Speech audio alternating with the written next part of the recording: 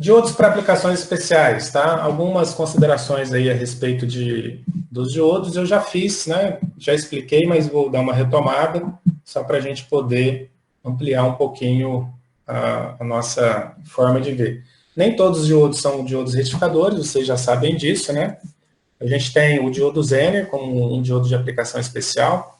Ele vai funcionar na polarização reversa sempre. Ele serve para poder regular ou manter constante a tensão na saída de uma fonte. Então, ele sempre trabalha na sua região de ruptura, né? A gente já viu isso na aula passada, não vou ficar chovendo no molhado. Só relembrando, para ele funcionar, primeiro eu preciso ultrapassar a tensão Zener dele, né, na polarização reversa, e eu tenho que ter um valor mínimo e um valor máximo de corrente que passam por ele. O valor mínimo garante que ele esteja realmente na região reversa, na região mais linear ali, e o valor máximo garante que ele não queime por conta de dissipação de potência. Tá? Aqui tem alguns encapsulamentos. Os encapsulamentos deles são muito parecidos com os diodos retificadores, né?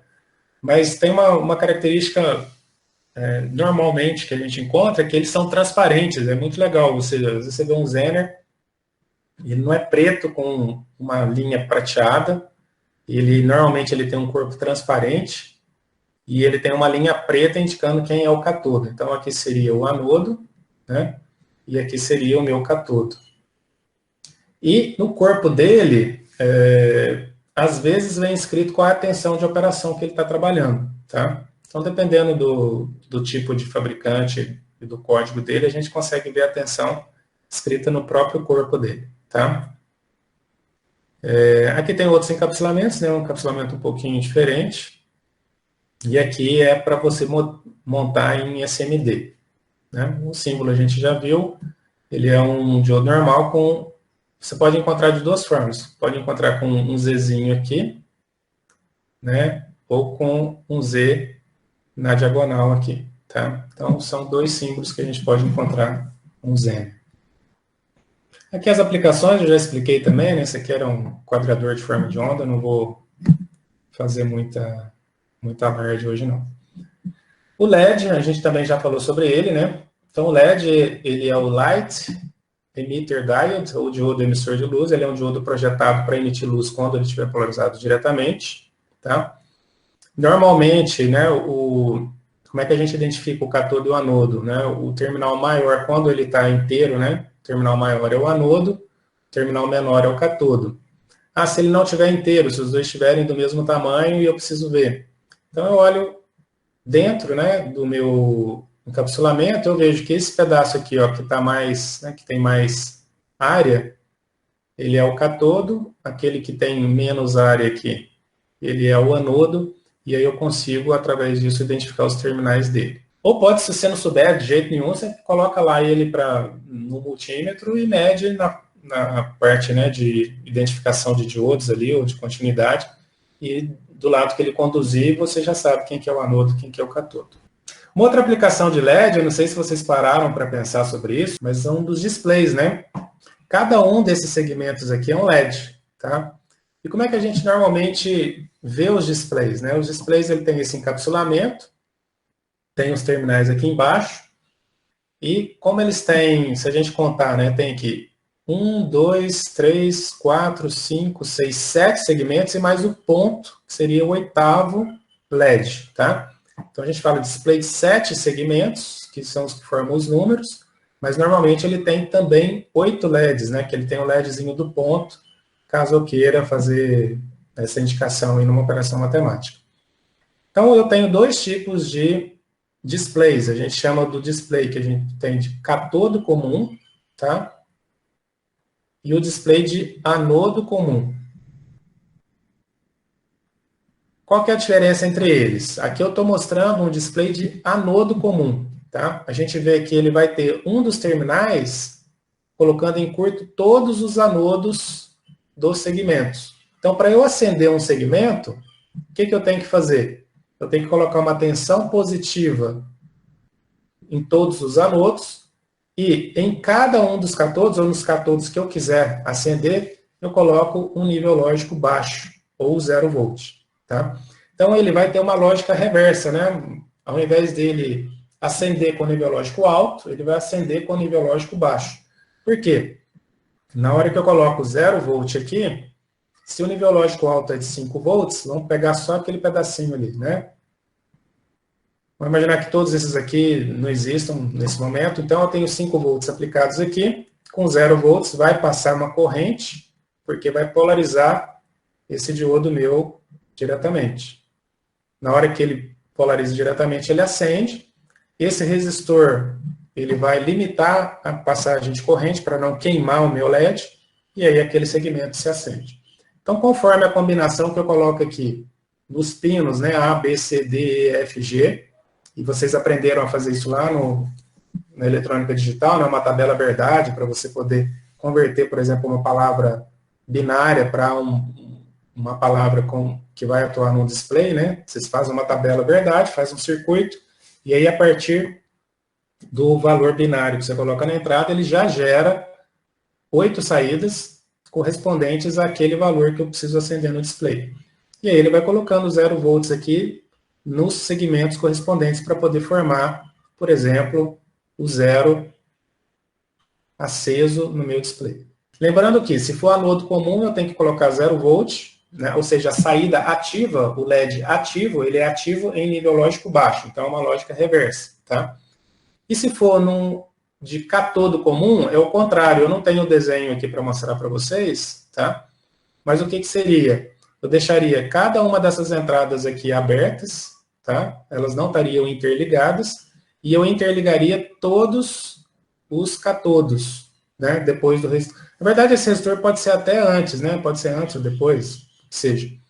E aí, esse carinha aqui, eu colocaria no terra, no 0 volt, e aí cada uma das entradas, eu aplicaria um nível lógico alto para poder fazê-las acenderem. Então, para eu acender o segmento A, né, esse segmento aqui, eu colocaria 5 volts aqui.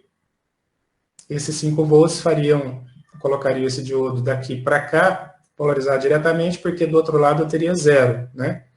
Passaria a corrente, ele acenderia e esse segmento formaria aí, né, parte de um número que eu queria mostrar. Uma coisa importante que vocês precisam saber, toda vez que vocês estiverem trabalhando com esses displays, ele é anodo comum ou ele é catodo comum?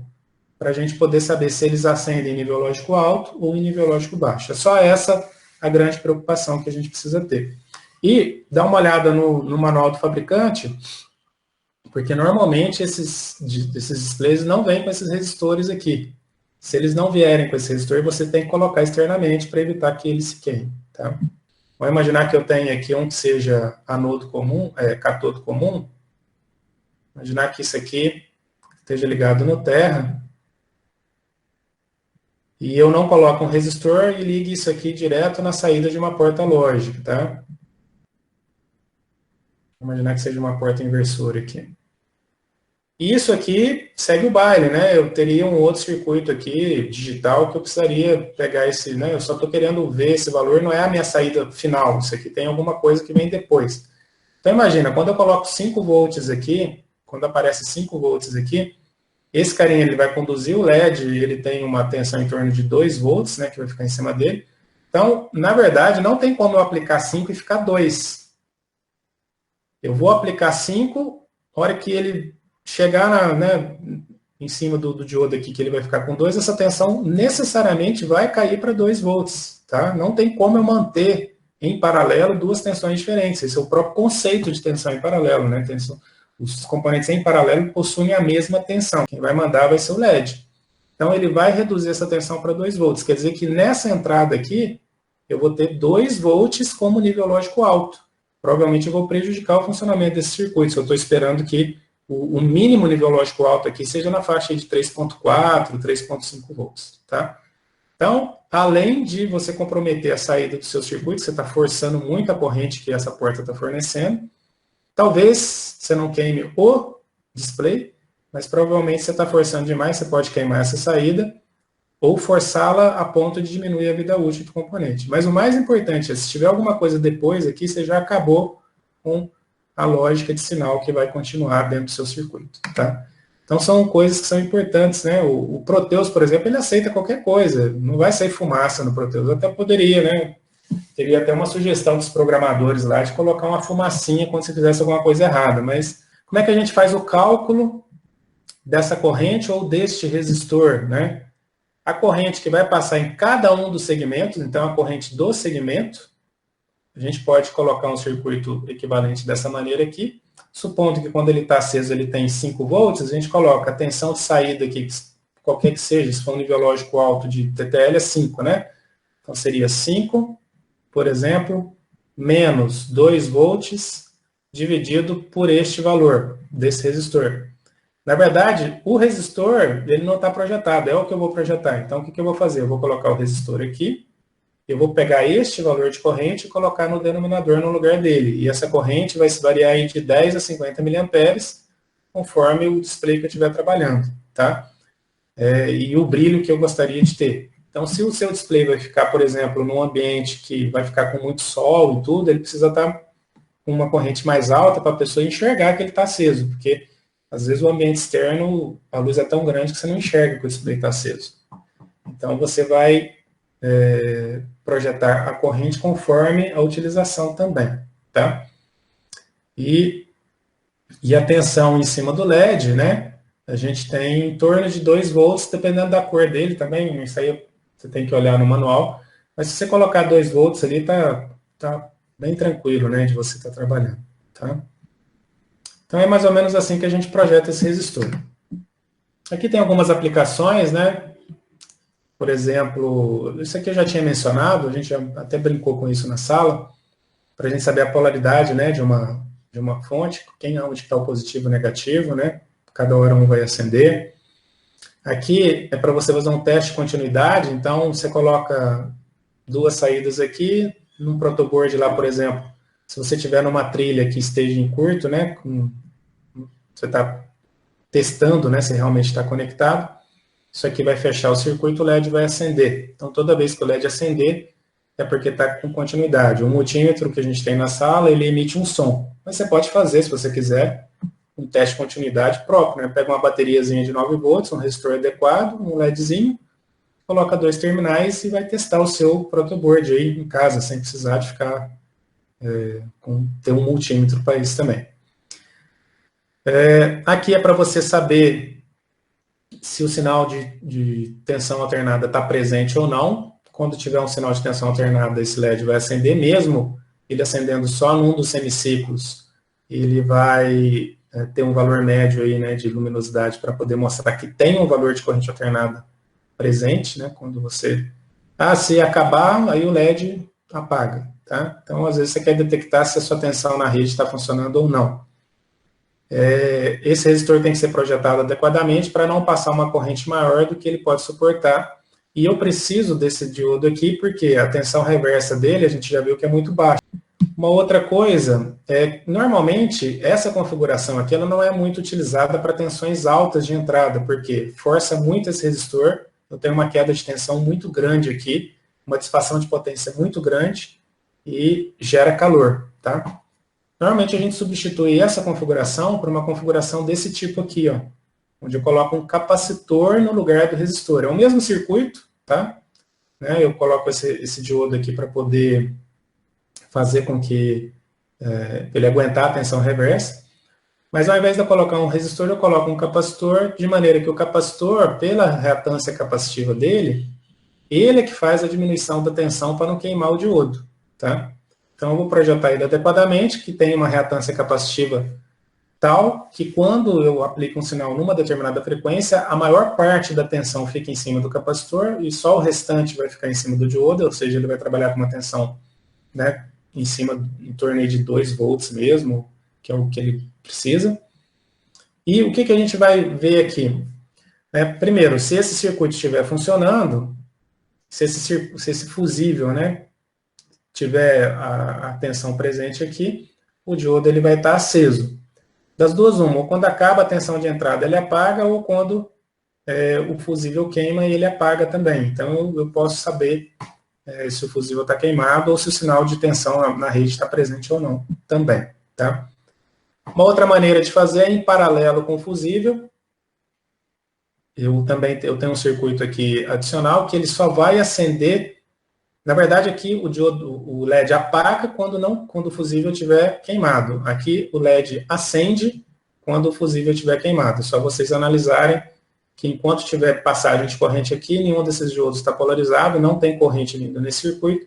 Na hora que esse fusível queima, esse circuito aqui é acionado e aí o meu LED acende. Tá? E esse capacitor serve justamente para reduzir a tensão em cima do LED para que ele não queime, além de não dissipar potência, né? Se eu colocasse um resistor aqui, esse resistor iria esquentar e dissipar potência desnecessariamente, tá?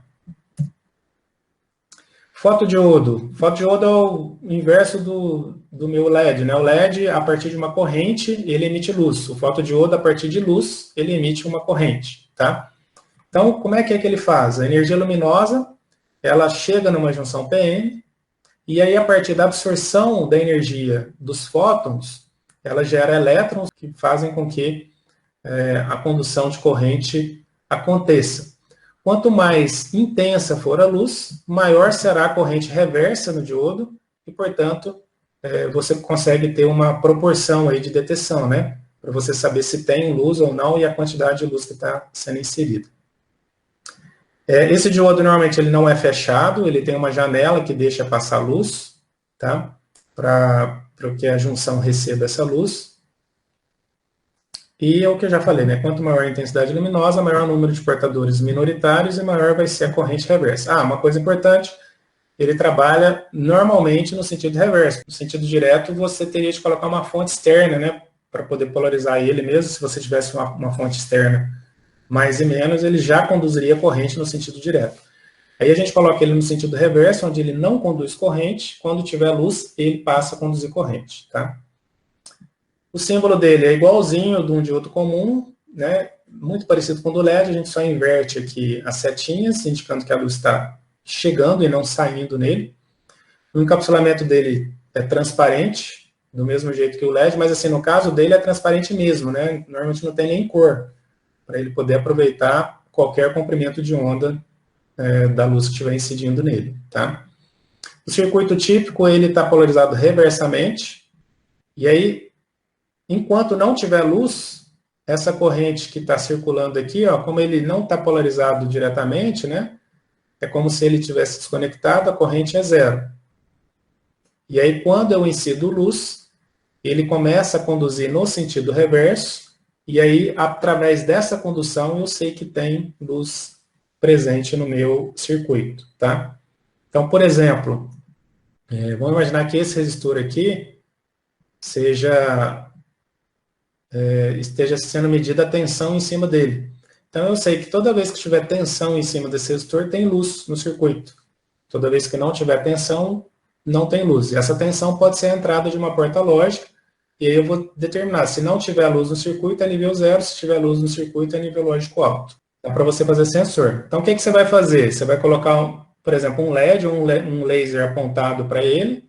Se você interromper esse caminho aí, você passa de 0 para 1. Obviamente, assim, estou dando só uma ideia geral, a gente precisa ter um pouquinho mais de cuidado para fazer os cálculos, para projetar isso adequadamente, tá? Mas é tranquilo de fazer esse projeto aqui. A gente pode ter um acoplador óptico. O acoplador óptico, ele não vai deixar exposto esse caminho entre o meu LED e o meu fotodiodo, mas ele vai fazer o quê? O sinal que eu aplicar aqui, quadrado ou senoidal, ele vai modificar a intensidade de luz dentro desse encapsulamento aqui de um LED que está aqui dentro. Essa intensidade de luz vai modular a condução de um fotodiodo, de maneira que a corrente que estiver passando aqui, ela também vai variar conforme o sinal que estiver desse lado. Então, o que eu faço? É como se eu estivesse fazendo um acoplamento, ou seja, uma transmissão de um sinal elétrico de um ponto para o outro, mas sem uma conexão elétrica. O diodo Schottky. O diodo Schottky é um diodo especial, que ele é diferente do diodo que a gente tem de junção PN, ele não é uma junção PN, ele é um metal com um semicondutor. E qual que é a grande característica dele? Como não sei se você se lembra, a junção PN sempre tem uma barreira de potencial, né? A barreira de potencial quando ele está reverso, quando ele está direto. Para eu chavear ele de reverso para direto, para ele ficar de on para off, a gente tem um tempo, né?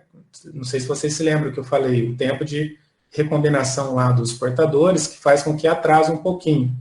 Então, aqui está um exemplo. Ó, eu tenho uma forma de onda na entrada, deveria ser a minha forma de onda assim, ó, retinha, né? Aqui embaixo, né? Só que ele tem uma rebarbinha aqui. Por quê? Porque os elétrons, as cargas, né, os portadores livres, eles precisam se movimentar dentro da junção para passar de quando ela está conduzindo para quando ela está cortada. Isso leva um tempo. Esse tempo é o tempo de recuperação reversa, né, para ele poder cortar. Então, se esse tempo for muito longo, ele vai ter um pedacinho de condução no sentido reverso aqui, e esse pedacinho pode ser enjoado, né? Pode ser significativo. Dependendo da frequência desse sinal, a gente já viu que se esse tempo de recombinação for muito alto, isso acaba inviabilizando, ele às vezes nem vai se trabalhar como um retificador. Quando a gente coloca um diodo Schottky, como ele não tem uma junção PN, uma junção metal com o N ou com o P, esse tempo de recombinação dos portadores, ele não existe ou ele é muito baixo, na verdade, né? Então ele faz com que as coisas fiquem todas muito rápidas e aí ele consegue responder rapidamente a essas variações, tá? Então o símbolo dele é um símbolo do diodo normal e aqui a gente tem um Szinho, né? Para indicar que é o Schottky, né? Que é a aplicação específica aí, é um outro tipo de estrutura. E aí a gente consegue, então, isso aqui seria para um sinal de alta frequência, né, eu teria essa distorção e com o Schottky não. Eu tenho a resposta normal de um retificador de meia onda. Qual que é a grande utilização do Schottky? Normalmente, quando eu tenho circuitos integrados, aqui está um exemplo, né, o pessoal queria saber como é que era uma porta lógica completa. Aqui a gente viu aquele pedacinho da função AND, né? Mas aí o pessoal perguntou, mas e o nível lógico zero e alto, 0,5 volts? O 0,5 volts, ele é dado por este pedaço aqui, que a gente ainda vai estudar, tá? Que tem transistores aqui.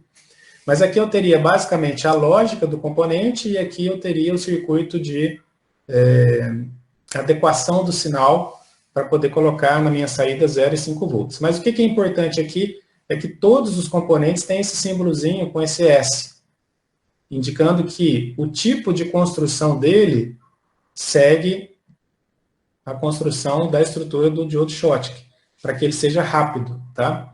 Então, o 7400, tá? 7400, sem o LS no meio.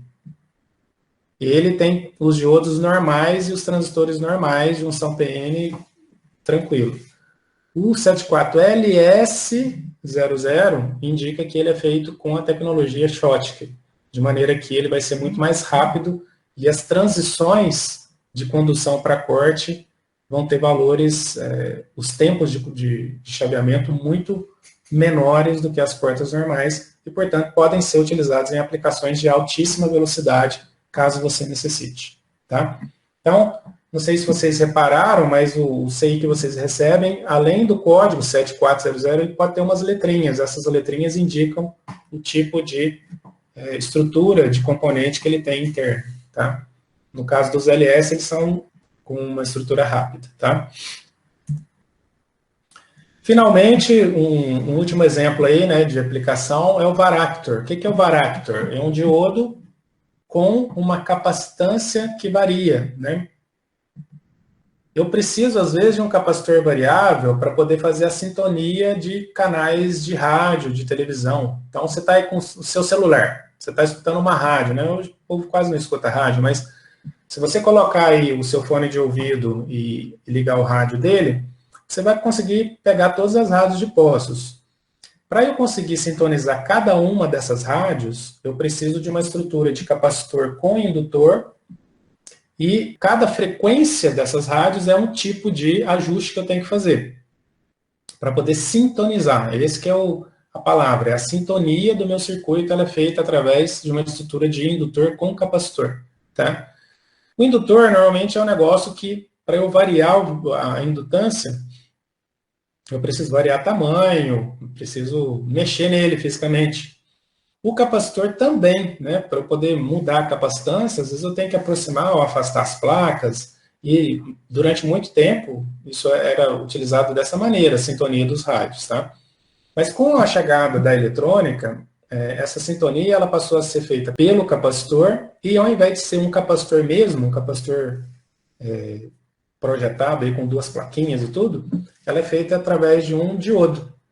A gente coloca um diodo polarizado reversamente, e quando ele está polarizado reversamente, a gente sabe que a camada de depleção ela varia conforme a tensão aplicada no meu componente. Quanto maior a tensão aplicada, mais essa camada de depleção tem que crescer. Se ela tem que crescer, ela vai espremendo as cargas, né? Espremendo não, né? Mas diminuindo as cargas livres, tanto de um lado quanto de outro. Como um capacitor ele é formado justamente por duas placas com cargas, né, elétricas e um dielétrico no meio, se a gente diminuir ou aumentar a distância desse dielétrico e diminuir ou aumentar a quantidade dessas cargas, a gente varia a minha capacitância ou para cima ou para baixo. Então, alterando, isso aqui é muito legal, né? Porque eu não preciso de uma coisa física, mecânica, uma chave de fenda, ou sei lá, alguma coisa para poder aproximar ou afastar as placas do capacitor. Eu simplesmente aplicando uma tensão externa ao meu componente, eu consigo fazer uma variação dessa capacitância. E fazendo essa variação, eu consigo fazer uma sintonia conforme o valor dessa capacitância no meu circuito. E aqui está uma curva, né, que demonstra que, de acordo com a tensão reversa aplicada, qual é a capacitância do meu componente. Então, a gente vê que quanto maior a tensão reversa, menor vai ser a minha capacitância. Justamente por quê? Porque eu aumento o dielétrico e eu diminuo a quantidade de cargas disponíveis aqui na minha junção PN. Tá? O símbolo dele é normalmente um diodinho com um capacitor misturado, né? Então, eu teria aqui um símbolo do varacto. Ah, e outra, é importante saber que ele sempre é utilizado no sentido reverso, tá? Então, eu não utilizo ele na polarização direta. O varistor é um circuito que ele é utilizado para proteger a entrada de alguns circuitos alternados, tá? Proteger de quê? De transientes. Vamos imaginar lá que, por algum motivo, né, o DME faltou energia na casa de vocês, e aí depois de um tempo o DME ligou, e no momento que ligou tenha surgido um transiente, ou seja, não apareceu 120 volts, apareceu 500 volts aqui na entrada até ele estabilizar no 127 normal. Tá? Aqui, esse transformador ele está transformando esses 500 volts. Então, vamos imaginar que de 100 foi para 500, então 5 vezes mais ou menos. Então, vou ter 5 vezes mais tensão aqui, 5 vezes mais tensão reversa em todos esses diodos, que ele estavam projetados, né, para uma determinada tensão reversa, 5 vezes mais tensão em cima do capacitor, 5 vezes mais tensão em cima da minha carga, eu posso queimar esse pessoal todo aqui por transiente. Então, como é que o varistor funciona? O varistor nada mais é do que dois diodos Zenners em contrafase, de forma que, mesmo que desse transiente aqui, eu pego essas tensões Zenners bem elevadas, né? Vamos imaginar que eu coloco essas tensões Zener aqui em 200 volts, né? Ou seja, a região de ruptura dele, ele vai começar a atuar como Zener a partir de 200. Então, aqui eu estava com o meu 180 volts de pico normal, e aí ele teve o transiente. Então, ele vai cortar lá 200 em cima, 200 embaixo. Esse pedacinho aqui, ó, do pico superior e do pico inferior, não vai ser sentido pelo meu circuito. Então, normalmente, você já encontra esse componente já junto, você não vai colocar dois diodos antiparalelos, ele já vem dentro de um encapsulamento e com valores elevados, justamente para proteger o circuito do transiente. Essa parte dos diferentes tipos de diodos, eles são... tem vários outros, né? Mas é só para poder a gente ter uma noção de que não existe só diodo retificador, tá?